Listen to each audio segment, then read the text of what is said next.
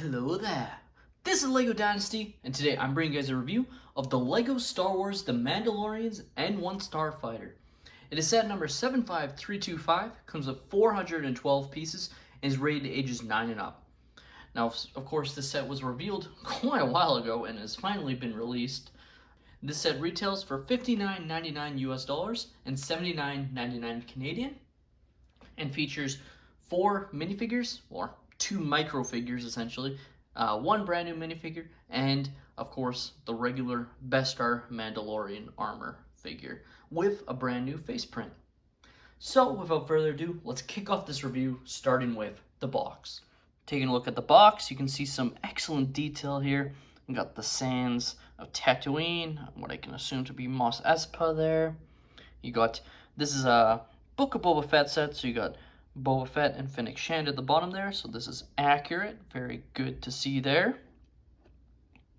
You do got the main characters there, including the new BD droid and Pelimoto, as I said. Pelimoto at the top as well. And then you can see some of the features of the set there, just on the back. You got, kind of looks like Mando's about to attack Grogu, the way they've angled that, kind of funny. And we're seeing this more and more. They're even the bigger boxes are getting this push open tabs. You can go around it, but I prefer the old ones with the tape solely because then both sides were collapsible. These boxes now are becoming less and less collapsible, and if LEGO keeps doing this, I'm gonna have to just start throwing out my boxes, because I tend to try and keep most of my boxes, but if LEGO keeps doing this, I just have no room for it, because it just takes up too much space, because you can't properly collapse the boxes without really damaging the box. But that's all there is to it there. And yeah, very nice box art. Now, much has been made about the changes to the manual, and at the end of the day, does it really matter in the grand scheme of the set? No, it doesn't. It doesn't, you know, you can still, it's still the regular LEGO renders for how it is to build the set with how they have the pieces like this. But at the end of the day, it simply doesn't look good. I think that's all there is to it. Like a lot of people have said, it looks like it's a knockoff brand. It doesn't look like LEGO. It just doesn't look good. And if that's what LEGO wants to do, save a couple cents on their printing costs. We already know LEGO is going to be raising their prices starting as soon as August or September at the latest. For prices across all markets, you know, whether you're in the United States, Canada, Europe, all around the world, they're raising their prices if they haven't already. I believe, you know, I think Australia has already been hit with some. Before I get into the minifigures, figured I'd show some of the extra pieces that I just put in this baggie here. So you get a couple extra lightsaber hilts, a gold piece, so you can have a gold Shoto lightsaber if you wanted. It's kind of fun. And some interesting pieces, and of course a brick separator.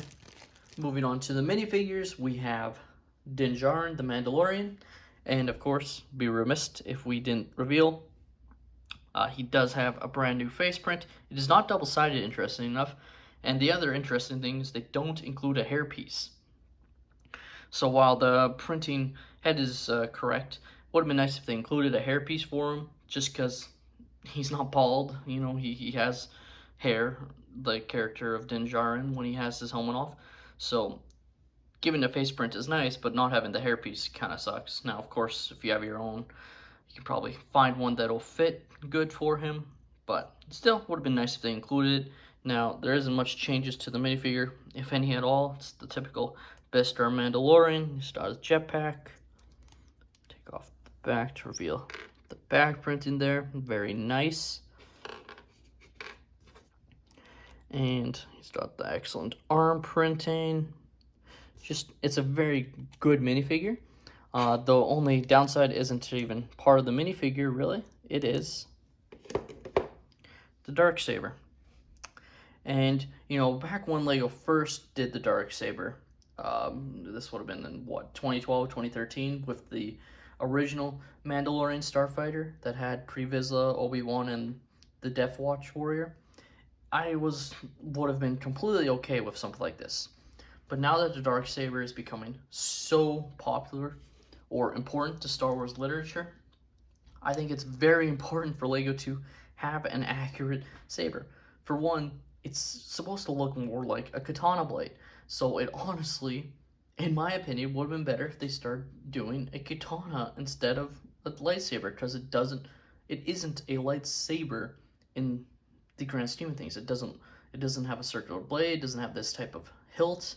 It just, if they're not going to give an accurate mold to the Darksaber, then just give us a katana piece, because I think that is far more accurate than what they're doing right here. Now, of course, if you have Ninjago or really any ninja sets or whatever that comes with katana blades, you can put your own, but that's not really the point. The point is LEGO keeps putting in inaccurate items saying it's the Darksaber when it clearly isn't.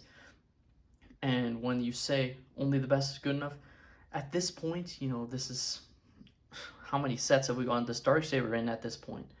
Like, if it was a one-off thing, I could understand why they did this. Like I said, why they did it years ago. But when you have them creating new molds for things that are going to be one-offs, but then refuse to do something for someone like this that could be reused multiple times, clearly, it's very disappointing. And sorry about the minifigure keeps unfocusing, but at the end of the day, it doesn't matter, obviously. It's a minor thing, but it just shows the lack of care, which is very interesting. It's just, you'd hope to see better at this point from LEGO. It's because even if LEGO does one now, it's just like, why didn't they do it before? Because it just feels like they should have been doing it. Next up, we have Peli Moto, who's a unique and exclusive minifigure to this set. Very nice. You got the nice hair piece there, the nice torso print, no arm printing or leg printing. Comes with the wrench. She does have a double-sided face. You got the Batman tool belt in brown, which I really like. And I guess actually you can see the torso print on the back there. Very nice minifigure. Great to have this in LEGO form for sure. Next up, we have little Grogu. And of course, this is in the micro figure standpoint with the Grogu head. So nothing new with this character. Hopefully they do a different version of this kind of suit. Just a little bit inaccurate. I think we've seen the ones that they've used for the animated shorts, which obviously is animated. It's not based off an actual LEGO part. But if they did one like it is in those LEGO animated stuff, I think it would look a little bit better. But just my opinion. So, nothing too different about him. And last but certainly not least, we have the new BD droid mold, which is, basically one stud by, 3 or 4 studs high, and pretty good, I gotta say, just the overall look of it. And of course, when we saw the BD droid in the Book of Boba Fett, I was raising my arm up because I love Jedi Fallen Order. I love BD1. So obviously we know they're releasing the BD1 buildable character. Definitely going to be picking that up. If not pre-ordering, still deciding if I'm going to pre-order or not on some sets. But I'm hoping this leads to LEGO deciding to create either the Mantis from Fallen Order or some other Fallen Order sets, or even Jedi Survivor sets, the upcoming sequel that will release in 2023. Even if it's under the 18+ moniker, I think it was stupid how they're like, oh, there's so much violence in Jedi Fallen Order that we can't make sets off of it. I'm sorry to say that there's plenty of kids that love Jedi Fallen Order and adults marketed as 18+, and you're pretty much scot-free. Just in general, though, got the excellent blueprinting there. Looks pretty good. Of course, BD1 is in red, so this isn't the same BD droid from Jedi Fallen Order, which is completely fine. That's accurate. And just a very nice piece for sure. Now, taking a look at the Mandalorian's N1 Starfighter, it looks really good, I gotta say. And it is actually very sizable. So for 412 pieces, it feels like it's more than 400 pieces. And that's not even to say that there's a lot of large pieces, because there really isn't. It just, these here are some of the largest pieces in the set. these ones on the bottom here, and just in general, it just uses its pieces very well. Now, do I still think it could have had a little bit more detail? It could have been a little bit, not necessarily larger, but more fleshed out, is maybe how I describe it. Maybe a bit bulkier, it might be the right word. I think so. Like, at the end of the day, we saw when it was first revealed in the show and people were making the fan models, I do think some of those look a lot better than what LEGO released. Now, would those have been perfect play models? Probably not, but I still think you could have gone a little bit better design-wise and just captured some of the look of the ship a bit better with some more pieces. I also think they could have used a little bit more chrome in this set. Obviously, the N1 Starfighter from Naboo has a lot of those very shiny chrome elements. They've went with more of a matted chrome, which is a bit accurate, but there definitely is parts where they could have used a bit more chrome in my mind, just to really capture the look. They went less chrome and more gray, which is okay. It's not completely inaccurate, but I would have liked to see a bit more mixture in here to truly capture the look. But it does look very well. You got the cannons on the front. You got the hyperdrive at the front, which actually operates the spring-loaded shooter. So to activate, you just go like that, shoots out. You actually, as you can see to the right of the minifigures there, have 2 extra. The only disappointing part is there is no place to really hold them on the set like you can with some other sets. So they're kind of just off to the side, but still nice that they included them as extras. Now, there is some room to place some parts in the front. Mainly, it's to be used for the Darksaber and Mando's jetpack.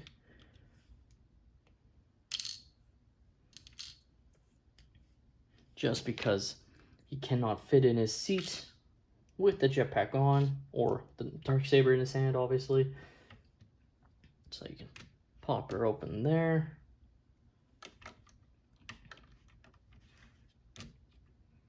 Like so. And then you can also open this up and have Grogu right here. And then, of course, you have this part, which can go back on like so, and you're off and running. Looks very excellent with the characters inside. And you can swoosh it around. You know, for such a long set, it is very stable, is how I describe it. Like, the only real downside in terms of breakability of the set is right here. This engine part can really fall off quite easily. When I was building, it fell off numerous times. I think there was a fix they could have done. They could have done one of these parts with the Technicolor in it, and then had this part been a little bit longer. So basically, you know, you see this red part. If you had a one like a, I don't know, not an inch or a centimeter, but just a little bit farther sticking out, and then a part right here that you can go into, and then you would just attach it like so. Then it wouldn't pop off, because it can pop off quite easily, as you can see there. So that's really the only downside in terms of breakability of the set that I found. I mean, I haven't played too hard around with the engines here, but they are generally pretty stable. And just in general, I really love this set. Like, I think LEGO did a very good job. There's just some things that I would have changed to make it even better that I've already mentioned. The LEGO Star Wars Mandalorian's N1 Starfighter is a great addition to the LEGO Star Wars lineup. It definitely is slightly overpriced in my opinion, just looking at the price per piece. No. The LEGO Star Wars Mandalorian's N1 Starfighter is a great addition to the Star Wars lineup, and while it is at 412 pieces, I would say overall the price is generally very worth it. Now, that's not to say if you can't, if you're wanting to wait on this set for either double points from your LEGO store or Lego.com, or for it to go on sale, whether it's at Target or Amazon. I believe this might be a Target exclusive in the United States. I could be wrong with that, But if you're waiting for it to go on sale then, that's fine too. But I definitely think it's worth it at full price. There's only a couple aspects I would have changed that would really enhance the set, but overall I think LEGO did a great job of capturing the overall look of the set, and it's definitely going to be a set that I think if you're a fan of The Mandalorian or just a Star Wars fan, you're going to want to pick up. It's going to be a big part of The Mandalorian Season 3, most likely at least. I mean, who knows, maybe it's destroyed in the first episode for all we know, but from what we can tell, it's going to be a big part of The Mandalorian story going forward, and having this set is going to be important. With that being said, that is all my opinion. This has been LEGO Dynasty. Please let me know your thoughts in the comments down below. Please leave a like and subscribe if you have enjoyed, and have a great day, everyone.